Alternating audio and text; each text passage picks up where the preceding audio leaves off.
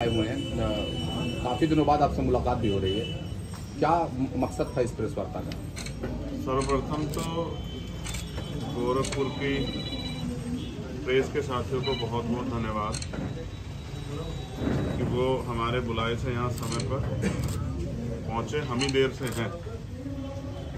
मैं पहले 4-5 विषय जो हैं जो बहुत महत्वपूर्ण हैं उन पे आपसे बात कर लूँ, फिर मैं आपके जिज्ञासुक सवालों का भी जवाब दूंगा। क्योंकि उत्तर प्रदेश के मुख्यमंत्री ज़्यादा समय पे गोरखपुर रहते हैं। लखनऊ से कही गई कई बातों का संज्ञान उनके द्वारा नहीं लिया गया, तो मुझे लगता है कि अगर गोरखपुर से शायद वो बातें कही जाएं तो शायद मुख्यमंत्री उनको सुन लें।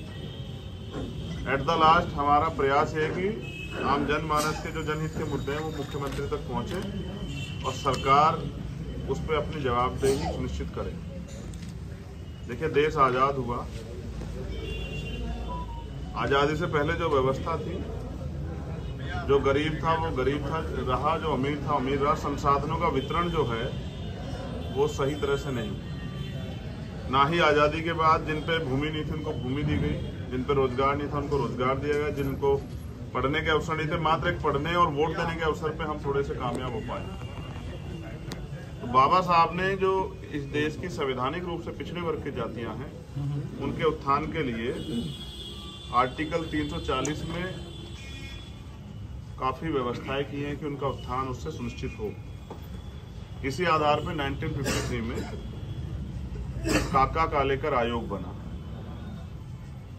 इनकी सिफारिश से किन्हीं कारणों से वो वहां उस समय की मौजूदा सरकारों ने वो ना मानी ना लागू की। आयोग बना, आयोग ने अपनी रिपोर्ट पेश की, लेकिन वो लागू नहीं हो सकी। इसके बाद 1978 में बीपी मंडल जी की अध्यक्षता में पिछड़े वर्ग के लिए मंडल कमीशन का गठन हुआ। 10 साल में उन्होंने अपनी रिपोर्ट दी।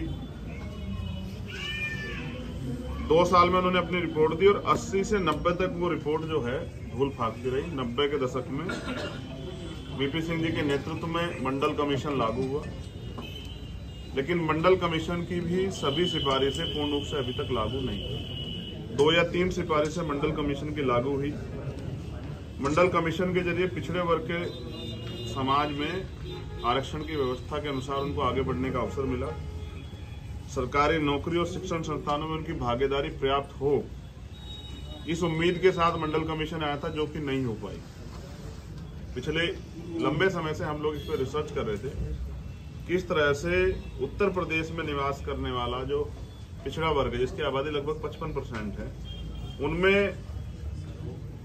जबकि उनकी आबादी 50-52% 31 की जनगणना के अनुसार थी, लेकिन फिर भी आज 55 से ज्यादा है। 27% आरक्षण उनको तब दिया गया। उस 27% आरक्षण को भी ठीक से उसका अनुपालन नहीं हो रहा। इस कारण से जो अति पिछड़ी जातियां हैं, जैसे तेली, कुम्हार, पाल, नाई, भुर्जी, कहार, कश्यप, झीमर, बढ़ई, राजभर, तमोली, भाट, हलवाई, दर्जी, बिंद, भर, चौरसिया, नोनिया, बिंद, मल्ला, केवट आदि ऐसी सैकड़ों जातियां हैं जो बुनियादी अवसरों से वंचित रह गई। क्योंकि अब माननीय सर्वोच्च न्यायालय ने भी 2022 में जो आरक्षण की 50% की कैप थी उसको खत्म कर दिया है।